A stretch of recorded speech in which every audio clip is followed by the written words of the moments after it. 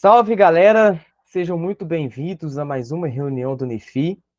Hoje nós vamos falar de filosofia novamente, né? Na nossa reunião de filosofia. A gente sempre está encontrando aí, nos últimos meses, na sexta-feira, né? Mas posteriormente, quem sabe, né? Provavelmente vai mudar o dia, mas, né? A gente está aqui de volta na reunião do NIFI, em filosofia. Então, gente, hoje nós vamos falar sobre a concepção filosófica na patrística. O título aqui teria até melhor para uma compreensão da gente, a recepção filosófica na patrística também, tá? Porque a concepção, ela abrange várias coisas, né? Então, hoje a gente vai falar sobre essa concepção e essa recepção filosófica aqui na patrística. Na reunião passada, a gente falou sobre a introdução à filosofia cristã, né? A gente fez uma síntese bem rápida mesmo sobre a filosofia antiga, né? Sobre o helenismo, etc., né? A relação da filosofia ali com os primeiros, com os apóstolos e tal. E hoje a gente já vai entrar, né? A gente vai tentar entrar aqui na concepção patrística. Então, gente, desde já eu quero falar para vocês que é muito difícil, às vezes, a gente falar de concepção patrística da filosofia, porque aqui acontece muita coisa, muita coisa. É até complicado a gente fazer uma síntese aqui de tentar reunir as coisas que acontecem aqui nesse período, porque é um período relativamente aí, começa no século I, vai até o século IV, V, mas acontece muita coisa aqui, né? Muitas ideias, muitos conceitos, muitos filósofos, muitos pensadores, né?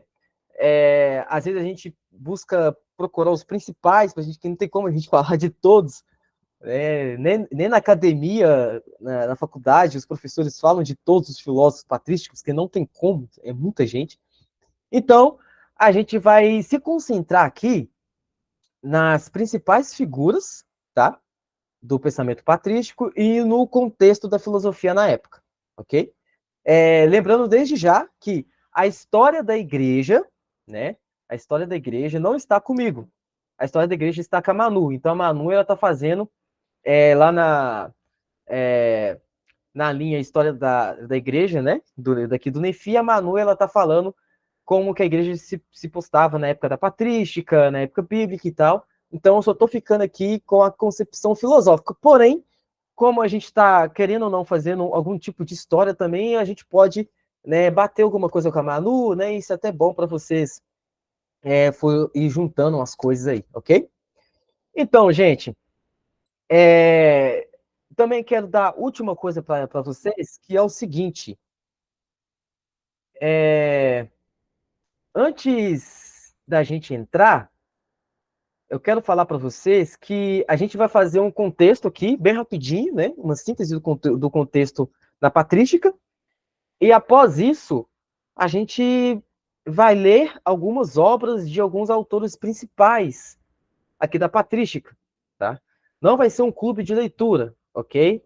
A gente vai pegar, por exemplo, algumas obras dos principais pensadores da filosofia da patrística, como, por exemplo, que eu considero Agostinho, né? Agostinho no Livre-Arbítrio, o Justino, né? O Pseudo Dionísio também não pode faltar, né? Então, o Clemente de Alexandria. Então, a gente vai pegar algumas obras dessas pessoas para a gente ler, para a gente ver alguma coisa com calma, né? Para depois a gente passar para a escolástica. Aí, se vocês estiverem de acordo, a gente pode fazer isso aí com todo mundo aí, né? Acho que vai ser bem bacana. Então, gente, o que a gente vai ver hoje? A gente vai ver algumas constatações, né, no próximo slide, umas constatações aí de contexto da patrística. Vamos ver algumas coisas de Filon de Alexandria, né, da filosofia mosaica. A influência bem rápida do platonismo, do neoplatonismo e do platonismo também. O Plotino, né, não tem como escapar de Plotino, né? A gente vai ver algumas coisas aí bem rápidas de Plotino. Os pais apostólicos, os pais apologistas, e nós vamos aí fechar o dia de hoje com o período patrístico em si mesmo, tá? E na próxima reunião, nós vamos já entrar em alguns pensadores e algumas coisas mais a profundo. Então, hoje nós vamos ver o contexto mais aqui da patrística. Ok, gente? Então, pessoal, algumas coisas aqui que precisamos saber aqui do contexto patrístico, que é o contexto medieval, né? O contexto medieval. A gente pode falar, mas o contexto medieval só começa lá na escolástica, no ano 1000 e pouco e tal, tal. Podemos considerar também que o contexto medieval ele pode acontecer aqui, ele pode começar aqui também, né?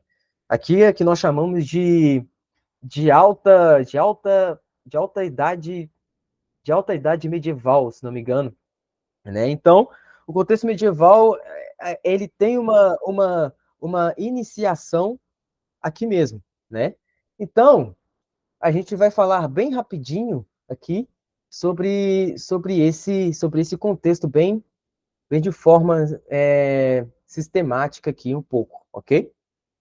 Quero dar boas-vindas para quem entrou agora, o Lucas, o Alexander, Arthur Jordan, seja bem-vindo, professor, que honra você estar aqui conosco, muito obrigado pela sua presença.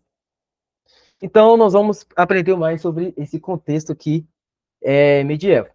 Então, gente, sempre quando falamos de filosofia na patrística, na escolástica, as pessoas elas têm uma certa ideia que é somente fé e razão, né? Ah, patrística e escolástica só discute fé e razão, só discute fé e razão, mas será mesmo que a patrística escolástica ela discute somente fé e razão? Logicamente, é o cerne da discussão, né? Com certeza, é a fé e a razão. Mas será que é só isso mesmo que a patrística escolástica e os medievais discutiam? Para mim, né, eu estava inclusive conversando com um professor meu esses dias, a patrística e a escolástica e todo o contexto medieval da filosofia, ele vai muito mais além do que fé e razão. Tá? Tem várias dimensões filosóficas, vários contextos filosóficos, vários conceitos que estão sendo discutidos aqui na patrística e no período escolástico. Então, é um período de muito tesouro para a gente estudar, para a gente se aprofundar. Porque muitas das vezes as pessoas, quando elas vão estudar filosofia, né, elas parece que dá aquela pulada, né, nos patrísticos e nos medievais, né? Aqui é só fé e razão, mas é muito mais que isso. Por exemplo, uma grande questão que os patrísticos, os medievais e os escolásticos discutem é a questão, né, da linguagem. É muito forte a questão da linguagem nesse período. Por exemplo, a questão, né, lá do De Magistro de Agostinho, né, quando ele está discutindo sobre a linguagem, né, na escolástica nós temos também o exemplo do gramático de Santo Anselmo de Cantuária, a gramática também de Isidoro. Então, é um problema que eles estão enfrentando também a dimensão da linguagem. Por quê? Como você vai discutir conceitos, Deus, filosofia, tudo isso sem a dimensão da linguagem. Eles precisam dar esse apoio na linguagem. Então, o âmbito da filosofia cristã medieval, patrística, escolástica, ela também entra muito forte nesse contexto da linguagem. Também são coisas que são muito aprofundadas lá no Crátilo de Platão, né, onde ele discute sobre a questão da linguagem, né? Agostinho bebe muito lá no De Magistro. O Isidoro também bebe muito também disso lá, o Anselmo também bebe muito disso, o próprio Tomás, Santo Tomás, né, ele vai também falar as coisas acerca da linguagem. Então, esse contexto medieval ele está muito inserido não só apenas na fé e razão, mas também na questão da linguagem, né, na questão de conceitos bem elaborados. E por que a filosofia? E por que os patrísticos eles tiveram que colocar, eles tiveram que correlacionar com a filosofia. Porque na época surgiram coisas que não eram fáceis também de se refutar, né, de se debater. Às vezes a gente fala das grandes heresias da época, como as de Ário, né, como as de Nestório, como de Marcião, né, mas às vezes a gente esquece que essas heresias eram feitas por pessoas muito competentes, né? Não eram qualquer pessoas que chegavam lá e falavam sobre isso. Muitas das vezes eram até bispos. Então, eram pessoas que apresentavam conceitos e realidades que abrangiam um contexto e conceitos filosóficos muito fortes. Então, a igreja ela tinha que dar uma resposta, uma resposta. Os pais da igreja eles tinham que dar uma resposta. Os doutores da igreja eles tinham que dar uma resposta, né? Não era qualquer pessoa que ia lá e jogava uma heresia, né? Jogava alguma coisa da filosofia. Eram pessoas que eram competentes, né? Então a igreja ela tinha que dar essa resposta. A igreja ela tinha que favorecer uma coisa que servia para o intelecto, né? A gente precisa entender para crer e crer para entender, como diz Agostinho. Então, a filosofia ela se torna um instrumento muito importante para o povo patrístico. Um instrumento, né, que é usado para esclarecer dúvidas, para esquecer algumas coisas, e também a filosofia ela é usada como instrumento e ela também dá outros problemas também, né? É uma roda gigante. Ela esclarece algumas coisas e dá outros problemas também do outro lado. Então, era preciso a filosofia como um instrumento também para esses primeiros cristãos ali. E essa recepção da filosofia na patrística, ela foi muito forte, né? E aqui, quando a gente fala de filosofia na patrística, a gente está falando de uma filosofia grega, né? A filosofia oriental, vamos dizer, ela fica mais forte ali no período escolástico, né? Com Averroes, Avicena, né? Então, aqui no período patrístico, a filosofia grega ela está muito forte, tá? Por exemplo, é predominante a filosofia platônica e a filosofia neoplatônica, né? Aqui no período patrístico. Então, as concepções dos primeiros cristãos, né, dos doutores que usavam da filosofia, às vezes eram muito levados a entender as coisas no âmbito da filosofia grega, por influência muito grande que a gente vai ver de Plotino, por uma influência muito grande de Porfírio, né? Então, tinha essa responsabilidade muito grande de levar para o povo uma fé constituída na razão também. Não era uma fé simplesmente sentimental, mas uma fé constituída, acima de tudo, na razão. Era preciso entender para crer. Então, a filosofia grega ela é usada muito aqui, nessa dimensão aqui, viu, gente? Então, aqui a gente entra com o Fílon de Alexandria, tá? O Fílon de Alexandria é muito curioso. Ele veio ali no século XV a 10 a.C., né? Alguns comentadores falam, eu peguei aqui principalmente do Reale. E o Fílon de Alexandria é um caso muito curioso. Muitas pessoas falam que o Fílon até teve contato com Paulo, né? O contato até com o próprio Cristo, né? Então o Philon, ele foi muito ali naquele período, ali mais ou menos, e ele agregou bastante para a filosofia naquele período. Tá? Então o Philon de Alexandria, ele foi o primeiro, vamos dizer, um dos pioneiros a tentar a dar uma tentativa de união à filosofia mosaica e à filosofia grega. O que vai ficar muito presente no período patrístico, essa representação da filosofia grega nos pais da igreja. Né? Então, Philon, ele foi muito importante para essa tentativa de união desses dois âmbitos. Tá? Então, ele também tem algumas obras bastante interessantes, que é o Comentário ao Pentateuco, né? As alegorias das leis, o herdeiro das coisas divinas, a migração de Abraão e a mudança de nomes. Né? A questão do nome aqui, gente, é muito importante, principalmente quando vai lá em Agostinho, né? A dimensão do nome é muito importante. Agostinho vai falar dos signos, da linguagem. A gente vê aqui a dimensão da linguagem aqui na filosofia antiga também. Então, o Fílon de Alexandria, ele trouxe aqui também a questão dos significados bíblicos, que também entra muito no âmbito da linguagem também. Ele era muito competente, né? Muito inteligente. Então, ele sistematizou aqui um pouco a questão dos significados bíblicos, que eu até anotei aqui. Philon, ele sustentou que a Bíblia, ela também tem um significado literal, porém, esse significado literal não é mais o importante, porque a Bíblia, principalmente no Antigo Testamento, ela tem um significado também de uma interpretação alegórica, tá? Principalmente ali no conceito de criação. Então, ele sustenta essa concepção e, de outro lado, ele sustenta também um significado oculto dos significados do Antigo Testamento, principalmente.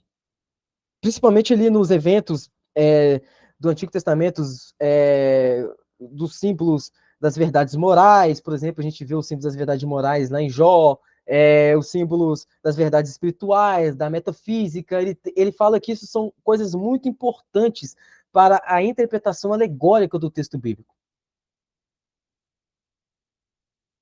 É uma boa questão, Charles, é uma boa questão. Eu não vou saber te responder sobre isso, né? Mas eu posso levantar aqui após para a gente falar sobre isso também, a questão da violência no Antigo Testamento. Sim, eu posso procurar aqui para a gente falar sobre isso também. E também ele fala muito sobre o conceito de criação, que é bastante interessante, porque ele sustenta aqui uma concepção bastante platônica. Né? Platão é que ele é bebido de uma forma muito forte aqui no Fílon de Alexandria. Ele sustenta que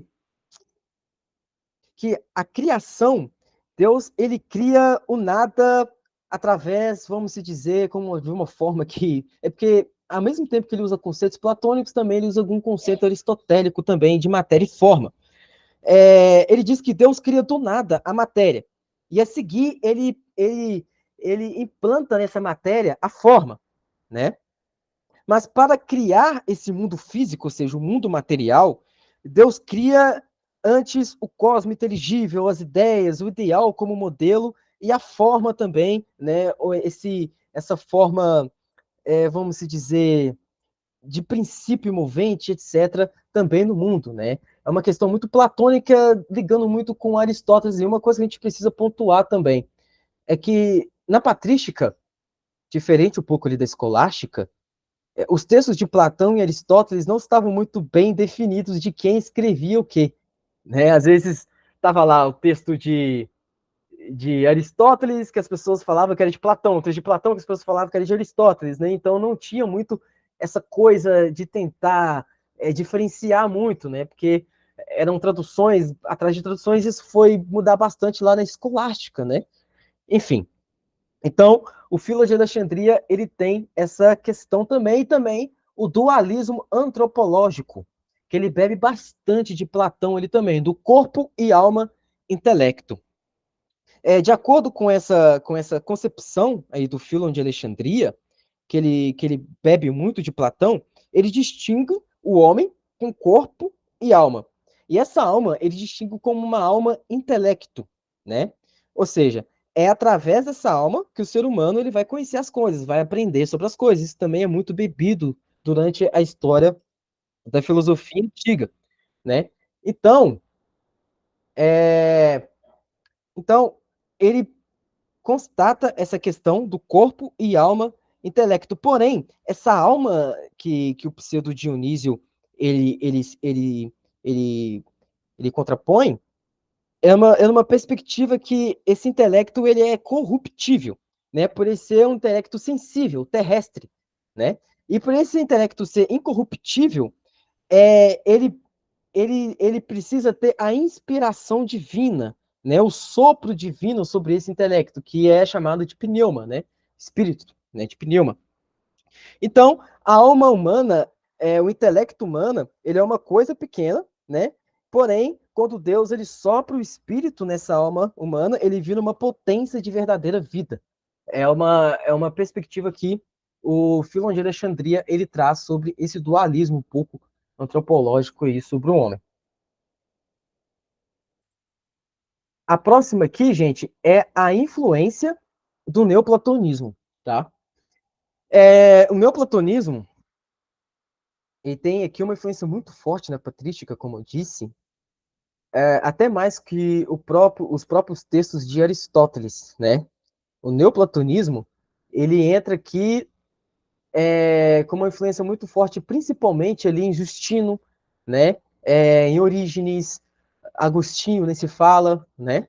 Então, é uma passagem de Platão aos neoplatônicos, né? Então, aqui a gente tem os grandes nomes do neoplatonismo, como o Plotino, né? É o principal nome, vamos dizer assim, do neoplatonismo. O Próclo, o Porfírio, né? Que são nomes muito fortes aí, que influenciou bastante o neoplatonismo na época. Principalmente aí os pais da igreja. Então, muitas das respostas que os cristãos primeiros eles davam às concepções filosóficas cristãs da época eram bebidas do neoplatonismo, tá? Então, os cristãos eles tinham essa concepção neoplatônica também, né, bebida muito forte ali de Plotino, de Porfírio e do Próclo. Então, a influência neoplatônica ela se estende praticamente em toda a patrística, né? Logicamente que na escolástica isso vai mudar. Tem uma influência também, né? Mas vai ser muito pouca, porque a influência aristotélica vai predominar um pouco ali, de uma forma muito maior na escolástica, né? Principalmente ele a partir de Boécio para lá, né? Então a filosofia escolástica ela vai predominar um pouco a filosofia aristotélica vai predominar um pouco em cima da filosofia escolástica. Aqui na patrística é o neoplatonismo que influencia bastante. Por que neoplatonismo, gente? Porque tinha muitas concepções aqui do neoplatonismo que não eram de fato de Platão, né? Platão, ele deixou, né, as suas ideias ali na academia, etc. Porém, o neoplatonismo, muita coisa divergia ali com Platão, né? Eles bebiam de Platão, mas nem era tudo de Platão. Então, tinha umas grandes diferenças ali das teorias platônicas. Por exemplo, a teoria do unum em Plotino, né? Tem uma diferença ali também. É, então, eles bebiam de Platão, mas tinha uma certa diferença com Platão. E também, Platão, ele tem as doutrinas não escritas, né? Que Platão, ele diz, né, que, se não me engano, é no Timeu, que ele fala que dessas doutrinas ele nunca ia escrever, né? Que são as doutrinas vamos dizer, da teologia platônica, né?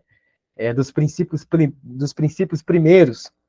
Então, os neoplatônicos, eles beberam muito dessa tradição indireta de Platão, né? Vamos dizer assim.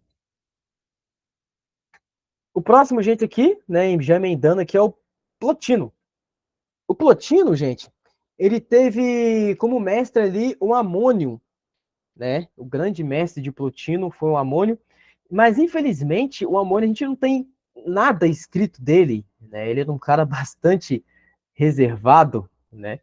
Então o Plotino, o Calvão de cria aí, ele foi discípulo de Amônio, e Amônio ele era conhecido por ser uma pessoa que não escreveu nada, porém a tradição, algumas tradições fala que ele era muito competente, né, inteligentíssimo. E também uma informação muito bacana, o Amônio ele foi educado por uma família cristã, né? Ele foi educado por uma família cristã e posteriormente ele se voltou ao paganismo, né? Então o Amônio ele teve essa educação na família cristã, porém ele se voltou ao paganismo. Ele era uma pessoa, né, que se vivia ali em parte do mundo, ele não era um grande filósofo, assim como os filósofos da época, né, ele vivia um pouco reservado, né? E ele cultivou essa filosofia principalmente no exercício do intelecto e no exercício do pensar. Então, ele praticamente não deixou nada registrado. Tudo que a gente tem dele veio das Eneas, lá de Plotino, né?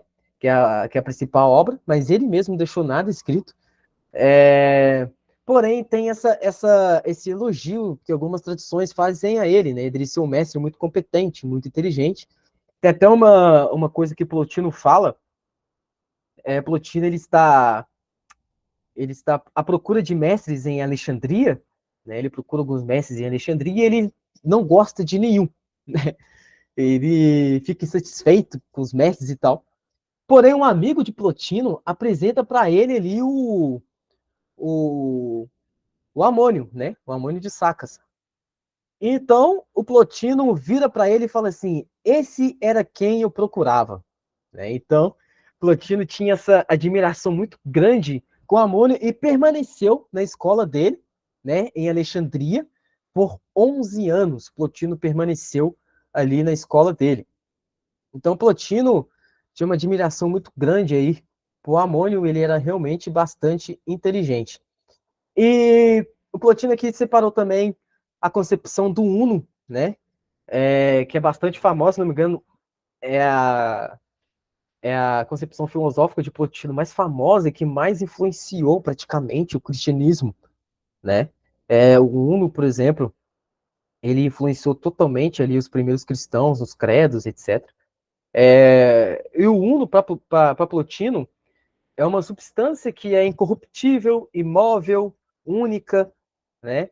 E dela procedem todas as coisas que também são as três hipóstases plotinianas. A gente não vai aprofundar muito aqui nas três hipóstases plotinianas, senão aqui a gente vai ficar a reunião inteira só para falar dessas hipóstases plotinianas aí, né? Mas as hipóstases plotinianas é o uno, né? Que é o imóvel, incorruptível, o mais alto, né? É uma hierarquia, entre aspas, vamos dizer. O uno é o mais alto das hipóstases. Depois vem a alma, né? A alma ela recebe os efeitos do uno. E depois do uno, e depois da alma, vem os corpos, né? Então, a alma também ela é dividida em três estágios. Tem a alma que anima os corpos, etc. Porém, eu coloquei essas três hipóstases porque essas três hipóstases plotiniana ela influencia bastante os primeiros cristãos, principalmente para explicar a Santíssima Trindade. Essas três hipóstases elas vão ser algo que os primeiros cristãos, né, os doutores, vão usar bastante para explicar algumas doutrinas da Santíssima Trindade. Né? Então, ela é muito usada, ela é muito importante para a patrística. Se vocês quiserem, a gente pode fazer uma reunião paralela, vamos se dizer assim, só para explicar as três hipóstases plotinianas, né? Se vocês animarem aí. É uma ideia aí, beleza? E aqui, gente, vem os pais da igreja. Vocês devem perguntar assim, tá bom, Juan, você já falou de um tanto de pagão, você já falou de um tanto de gente, mas aonde entra os cristãos mesmo? Onde entra os caras que vão influenciar toda a história do cristianismo? Aqui entra aqui os pais da igreja, tá? Os primeiros pais da igreja são os pais apostólicos, que, que eles são pessoas que conviveram ali ou eram muito próximos dos apóstolos, como, por exemplo, São Clemente de Roma, Centenário de Antioquia, São Policarpo de Esmirna. O Clemente de Roma tem muitos historiadores, né? Não sei se é consenso, depois alguém pode falar melhor. É o mesmo Clemente citado por Paulo em Filipenses, né? Eu acho que isso não é consenso, mas alguns historiadores falam isso. O Inácio de Antioquia também, né? E o Policarpo de Esmirna. O Policarpo era discípulo de João. O Inácio, se não me engano, ele era discípulo de Policarpo, né? Então eram pessoas ali muito próximas aos apóstolos, né? Eles viviam ali muito próximos aos apóstolos. Eles também postularam concepções filosóficas muito fortes para influenciar o cristianismo da época. O Clemente de Roma ele tem cartas bastante famosas, como, por exemplo, a carta de Clemente de Roma a Corinto, né? O Policarpo tem a carta de Policarpo à igreja de Filipenses, né? E o Inácio de Antioquia também ele precisa falar, é um dos mais famosos aí do, dos pais da igreja, tá? E também tem os pais apologistas. Os pais apologistas, eles buscaram defender a fé, eles vieram ali no século II, e eles buscaram defender uma fé de uma forma sistemática e fazer uma apologia do cristianismo. Por isso eles são bastante importantes. Eles são filósofos ali que aparecem, às vezes, debatendo, né, criando novas concepções. Eles são bastante importantes ali para o cristianismo ali no primeiro século. Eles são pessoas que, que que sistematizaram muito bem a questão filosófica da fé cristã e etc.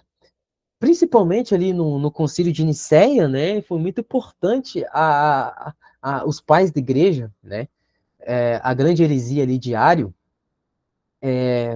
ali levou uma concepção filosófica muito forte, né, por exemplo, o credo niceno consubstancial ao pai, né, eu tenho a mesma substância que o pai, ele bebe muito de fonte filosófica isso, né?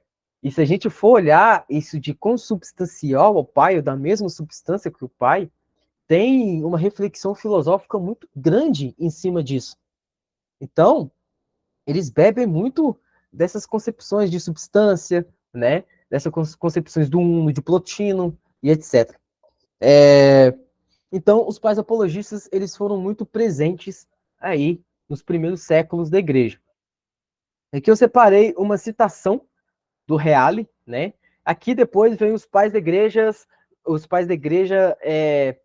em, vamos dizer, propriamente dito, né? É bastante frisar que é muito difícil. Às vezes a gente vê algumas pessoas falando, e o consenso disso, de aquilo, são vários séculos ali, são 4 séculos ou 5 séculos, né?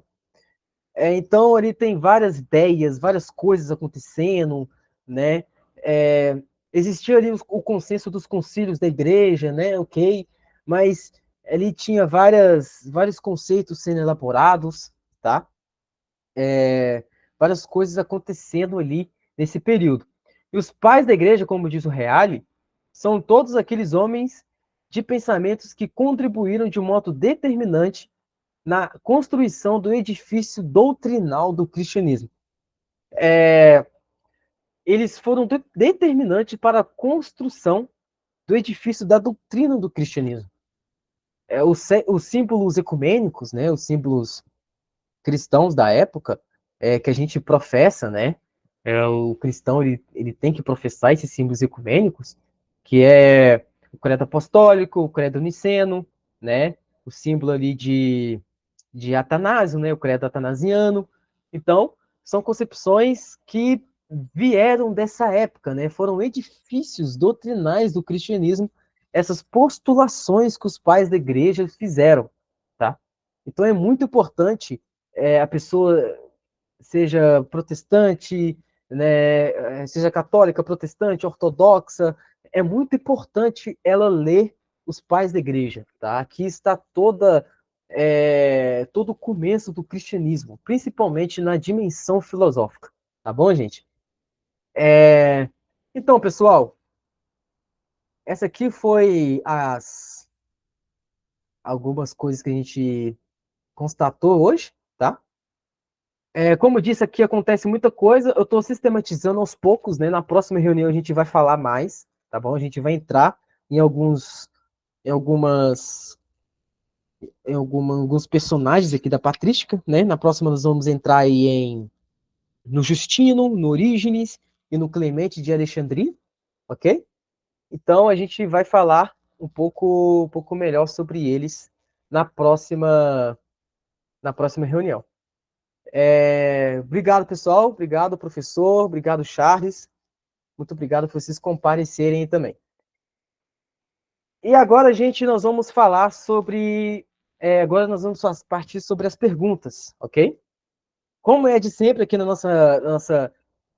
nossos encontros de filosofia, eu sempre deixo vocês fazendo perguntas da gente entrar nas minhas perguntas, né? Porque às vezes as pessoas saem daqui com alguma dúvida, né? Então, eu deixo aqui em aberto algumas áreas para fazer as perguntas. Se eu não souber responder, eu passo a bola aí para quem souber. Tem muita gente braba aí também.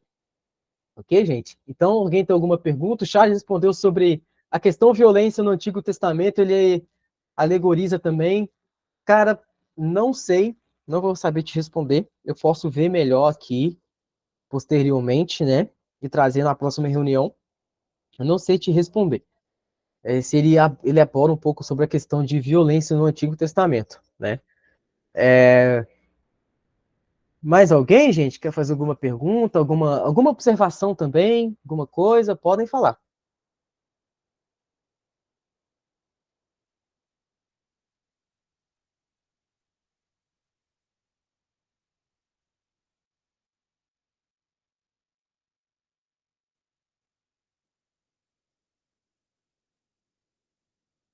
Os pais da igreja podem ser canônicos. Tá, cara, eu acho que isso, na questão se os seres podem ser canônicos, vem muito de tradição para tradição, tá? Se a gente for olhar, é, em sentido de escritura, ok, os pais da igreja, se eles podem ser canônicos, isso vem de tradição para tradição, tá? A igreja católica romana, eles canonizam, né? Alguns pais da igreja, se não me engano, acho que a maioria, né, são canonizados, né? A igreja ortodoxa também, eles canonizam também, porém, a igreja ortodoxa eles canonizam ali mais do lado oriental, vamos se dizer assim, mas muito dos latinos também são canonizados, né? Mas eles têm uma pegada mais oriental, né? Nas igrejas protestantes eu não vou saber te dizer. Na igreja luterana eu estava até olhando com o Charles, né? Lá na igreja, terça-feira, né, Charles? A gente estava olhando lá no livrinho da igreja de alguns pais da igreja que são canonizados pela igreja luterana. A gente até assustou que o qual é o nome dele? Que o Constantino é canonizado aí pela igreja luterana, né? Eu assustei com isso, né? O Justino Marte também é canonizado, né? Tem as datas comemorativas, canonizado entre aspas, viu, gente? Não canonizado da igreja luterana no sentido ortodoxo e católico, assim, vamos dizer, mas de datas de comemorativas, etc, assim, ok? Mas se eles podem ser canonizados, Lucas, isso vai de tradição para tradição, meu caro. É muito difícil a gente falar isso de forma geral, tá? Canonizados você fala nesse sentido, certo? Entendi bem? Em sentido de escritura, como assim, Charles? Não entendi muito bem. Alguns estudos sobre. Ah, com certeza, professor. Professor Arthur, com certeza tem alguns estudos de Philon no pensamento dos pais apologistas, porque Philon, ele, ele influenciou muito grande, de uma forma muito grande ali, todo o período da patrística, né? Então, ele deve ter influenciado de uma forma bastante, bastante presente ali nos pais apologistas, com certeza. Eu não vou saber te dizer quais foram os pensadores diretos dos pais apologistas que ele influenciou, né? Não sei se influenciou mais Orígenes ou né? Mas ele tem ali uma influência muito grande ali, sim. Ah, sim, entendi, Charles. Sim, Alexander. Os reformados defendem a sola escritura e não a nuda escritura. Com a sola escritura está a submissão à tradição como uma autoridade secundária e subviviente às escrituras. Sim, né? É um dos princípios aí, vamos dizer, da sola escritura, né? Esse é muito interessante, né? Porque pelo menos para os luteranos, a sola escritura ela não vai anular a tradição, né? A Confissão de Augsburgo ela usa muito a tradição, principalmente dos pais da igreja, para responder nos artigos, né? De algumas concepções dos pais, tá? Muito obrigado, professor. Mais alguém, gente? Ok, pessoal. Qualquer coisa, vocês podem levantar a mão aí ou perguntar no chat aí que a gente responde. Ou tenta responder, né? Então, gente, como eu disse, quem tiver querendo abrir o microfone, pode ficar à vontade também para abrir e para falar, viu, gente? Vamos exercer a dialética. Como eu disse, a influência grega ali nos pais da igreja era muito presente, né? Muito presente mesmo. E algumas concepções nos pais, por exemplo, tem alguns professores meus, né? Eles tocam muito nesse assunto. Inclusive, o professor, vou até mandar um salve para ele se ele abrir aqui. O professor Velic, um salve para o Velic, se ele abrir aqui a reunião e estiver vendo. Ele costuma muito falar que a perspectiva de alma no cristianismo, ela bebe da perspectiva grega, né? A separação ali de alma e etc. Então, não só a alma, né? Mas como, por exemplo, deixa eu ver aqui, a angelologia também, né? Ali na Hildegard, né? A Hildegard, a grande pensadora escolástica, mais pra frente nós vamos falar um pouco da Hildegard, né? Ela também bebe muito ali do pensamento filosófico grego, muitos, né? Vocês acham, gente, que o pensamento grego, né, do cristianismo, de fato, ele substitui a concepção judaica, né, do cristianismo? Você acha que ele foi ali dos pais da igreja uma substituição dessa leitura judaica para a leitura grega dos milagres, né, da vida de Jesus, da, das explicações racionais das coisas, né? Vocês acham que os pais da igreja substituíram é, antropologia judaica, a concepção judaica pela antropologia grega? Vocês acham que isso aconteceu? Vocês podem ficar à vontade, se quiser digitar ou se quiser abrir o microfone, podem ficar à vontade aí. Alô, tá dando pra ouvir? Tá dando pra ouvir, mano? Olha, eu pra ser sincero, é uma pergunta meio difícil, mas pelas coisas que eu já vi, assim, eu vou até, eu acho que eu aprendi isso com o Giordano, né? Figura polêmica aí, mas tem alguns textos dele sobre. Mas, tipo, acho que, não sei se dá pra dizer de substituição, principalmente porque tem, né, quando a gente tá falando do Antigo Testamento de maneira geral, as noções de alma e imortalidade, elas ainda são bem nebulosas ali, né? São coisas que vai desenvolver, pelo que eu sei, principalmente no judaísmo do Segundo Templo. Então, de certa forma, quando, né, tipo, essa ideia de que o cristianismo beberia mais de uma antropologia grega, ele parece, na verdade, um herdeiro já do judaísmo helênico do Segundo Templo, em vez de tentar substituir o judaísmo. Então, tipo, se a gente entende o judaísmo do Segundo Templo como uma continuidade do judaísmo anterior a ele, o cristianismo também poderia ser visto da mesma forma, eu creio eu.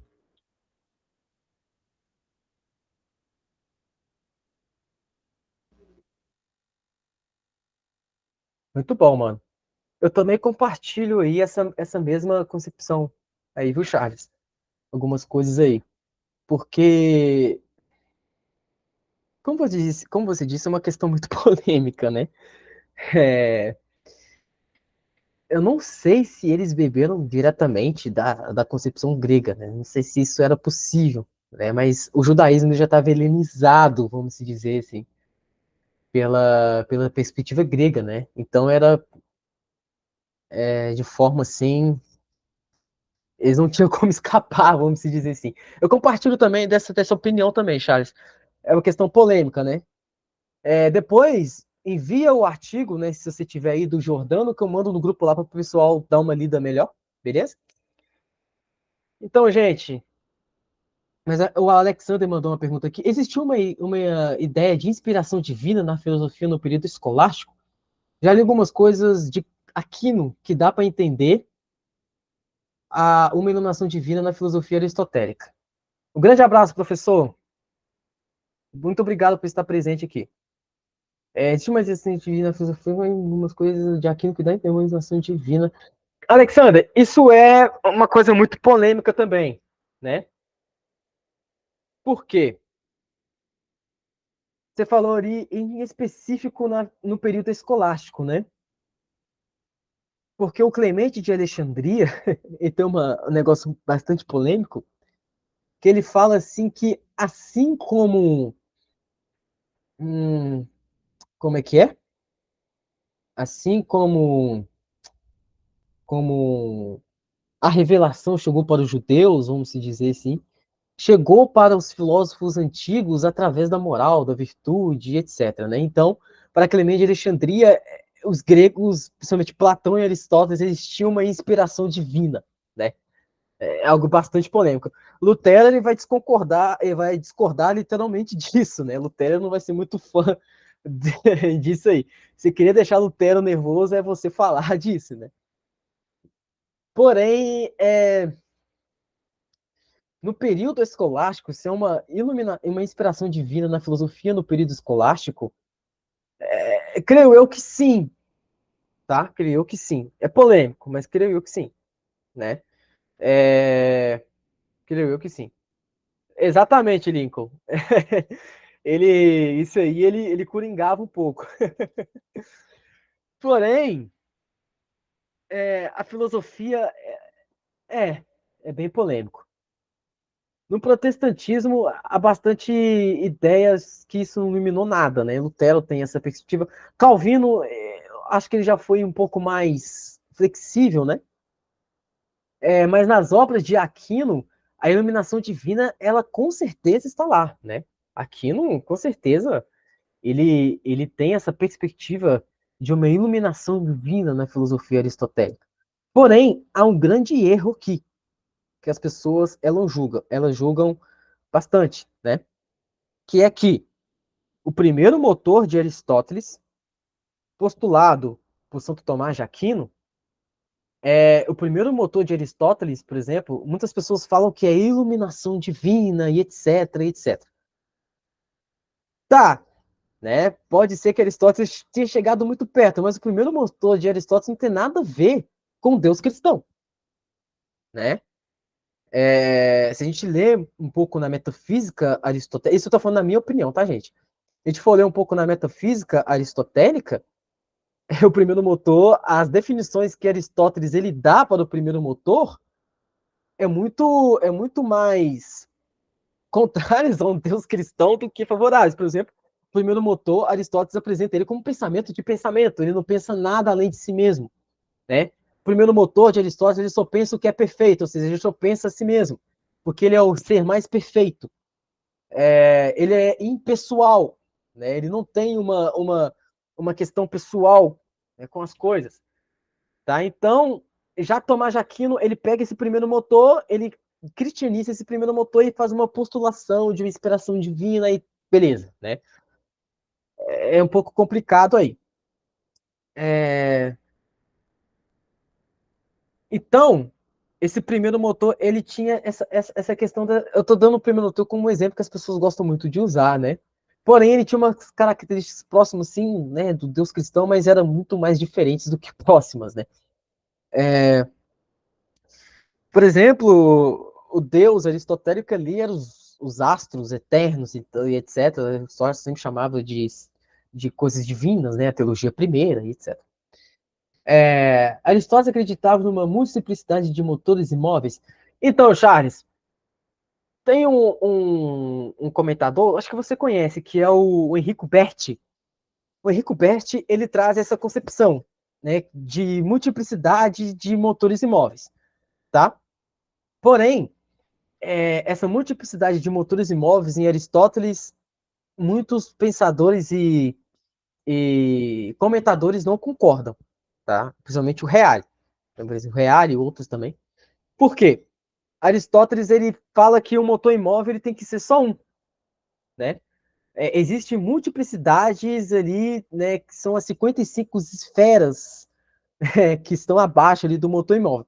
Por que o motor imóvel para Aristóteles ele tem que ser só um? Porque ele não pode ser causado. Se tiver vários motores imóveis, tem que ter um motor imóvel para causar esses vários motores imóveis, entendeu? Então, para Aristóteles, o motor imóvel ele tem que ser só um, porque ele é causa, sabe? Então, se tiver vários, ele tem que partir ali de um pressuposto que vai ter, de todo jeito vai ter que ter um para causar esses vários motores, né? E no final da metafísica, o Aristóteles ele fala que é melhor o governo de um do que o governo de muitos, o que dá para entender que existia apenas um motor, entendeu? Mas é uma questão que é bastante discutida aí na filosofia antiga, né? É... Mais alguém, gente, quer falar? A gente partiu para a concepção aristotélica, né? Que é muito boa de falar, eu gosto bastante, né? Deu para tirar a dúvida aí, Alexander?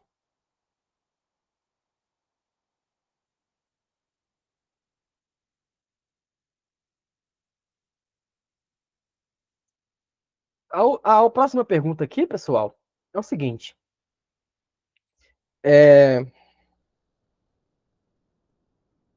eu tô pegando muito nessa dimensão da grega porque é uma grande polêmica que tem hoje em dia, né?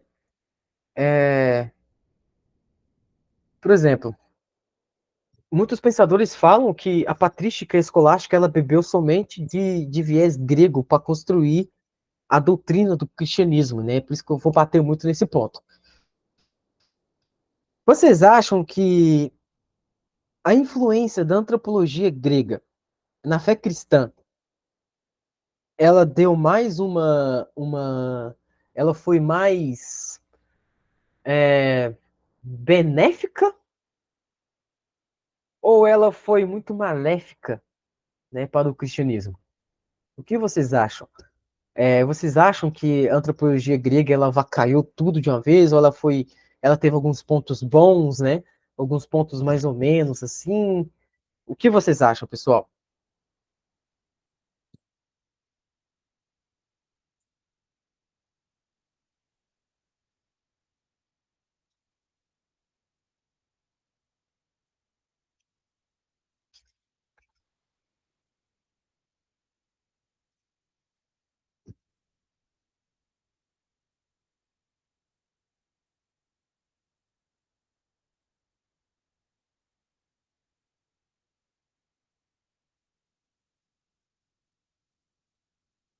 Se tiver coisa aí, coisado, né?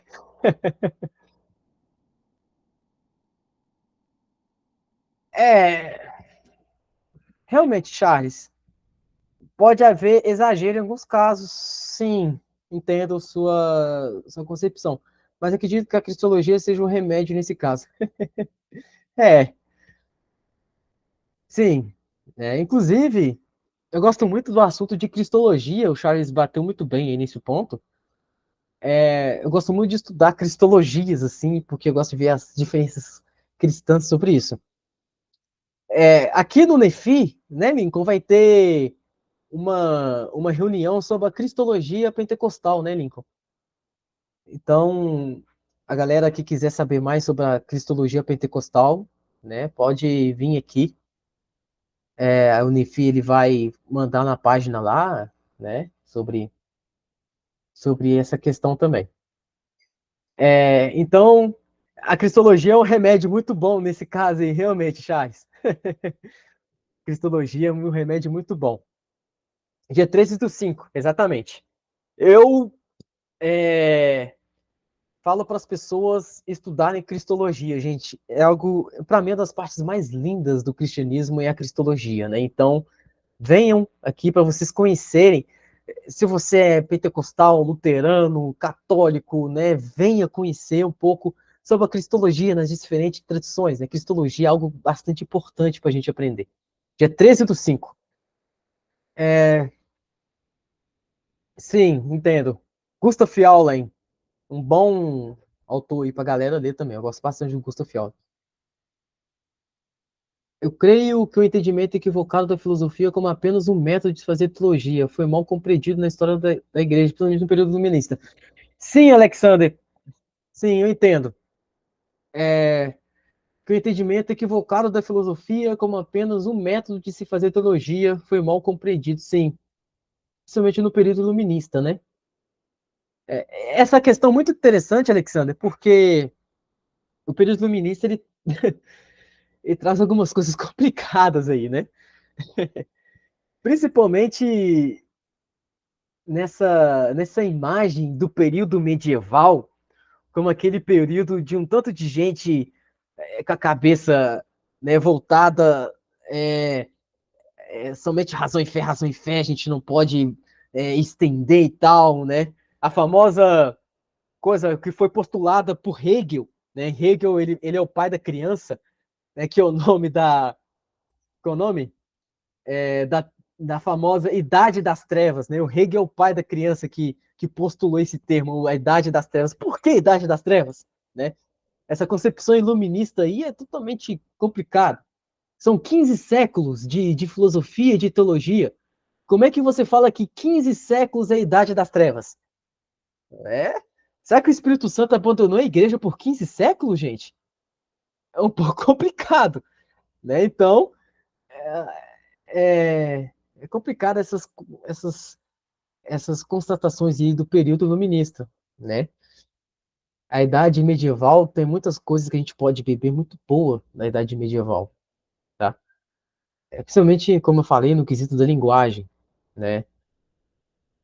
Mas alguém, gente?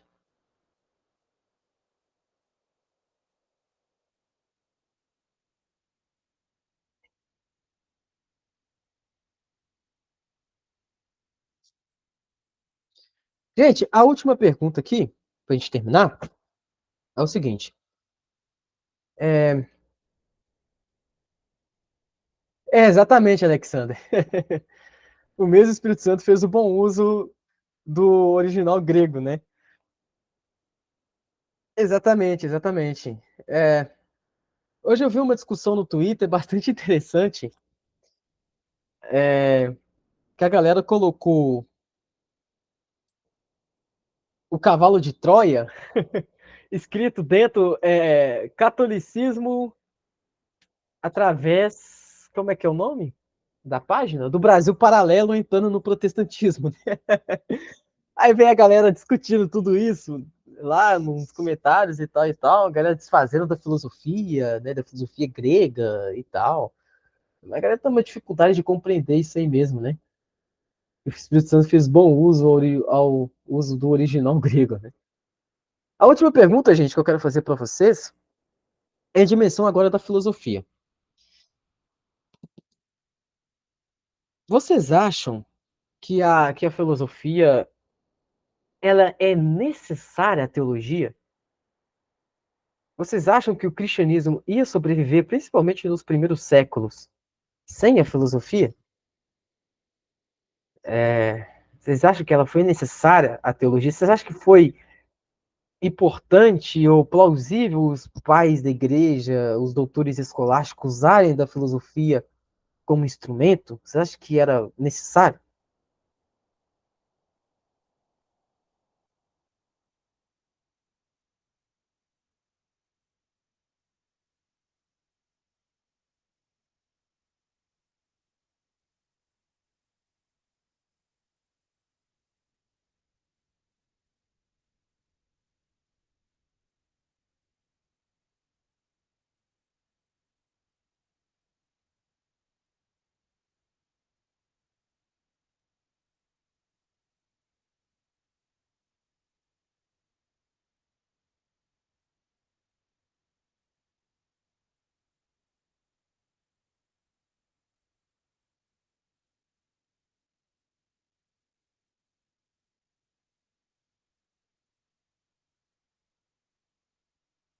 Pô, Lincoln, realmente, como eu disse, né?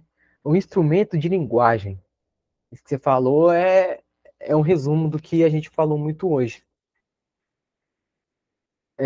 O instrumento da linguagem ele foi muito, mas muito. Creio eu que o instrumento da linguagem foi o instrumento mais importante da filosofia naquela época, tá? Foi o instrumento mais importante.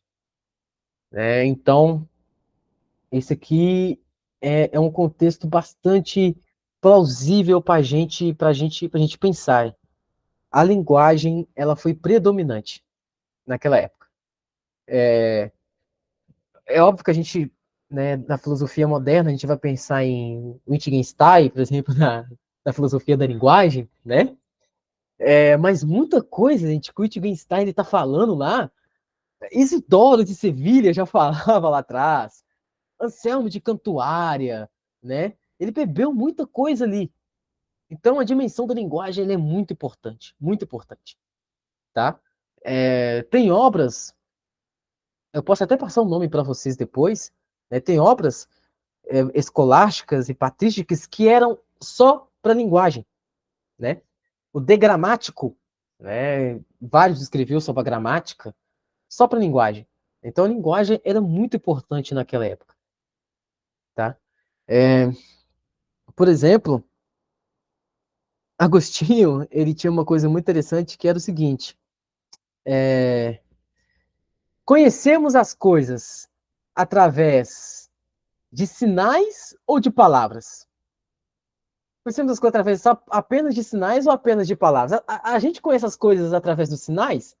A gente conhece as coisas através das palavras? Nós conhecemos a Deus através dos sinais ou da palavra? O que é mais importante, a palavra ou o sinal?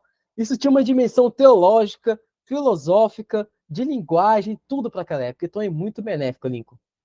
Muito benéfica mesmo. Mais alguém, gente?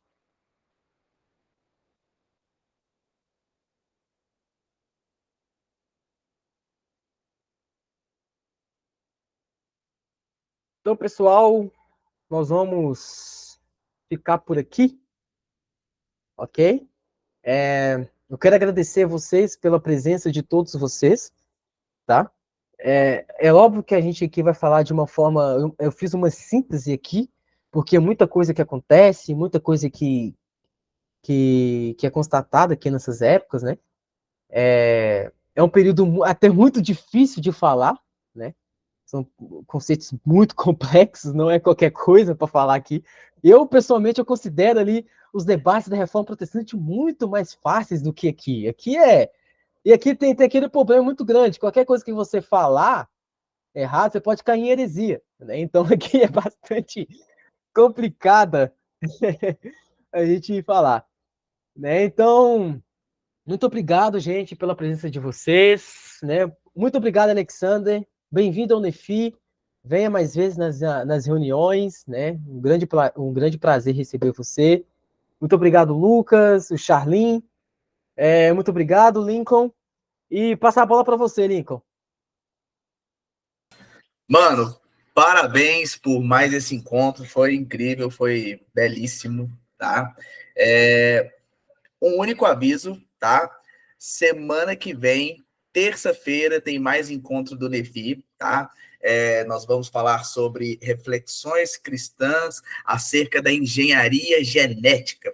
Então, nós vamos conversar sobre o que DNA, o que reprodução artificial tem a ver com reflexões cristãs, como nós podemos pensar de uma maneira cristã a respeito da engenharia genética, tá bom? Se você ainda não segue o Nefi no Instagram, por favor, siga a gente lá, @Nefi Estudos. E se você ainda não se inscreveu no nosso canal do YouTube, por favor, se inscreva aqui, Núcleo de Estudos Fé Inteligente. Todos os nossos encontros são gravados e disponibilizados posteriormente no YouTube, tá bom, pessoal? E se você quer participar do nosso grupo dos participantes no WhatsApp, é só você deixar o seu número com DDD no direct do Instagram do Nefi, tá bom, pessoal? A todos vocês, muito obrigado.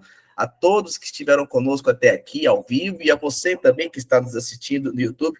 Fiquem ligados, tem muita novidade vinda aí no Nefi, tá bom, galera? Deus abençoe a todos, fiquem com Deus.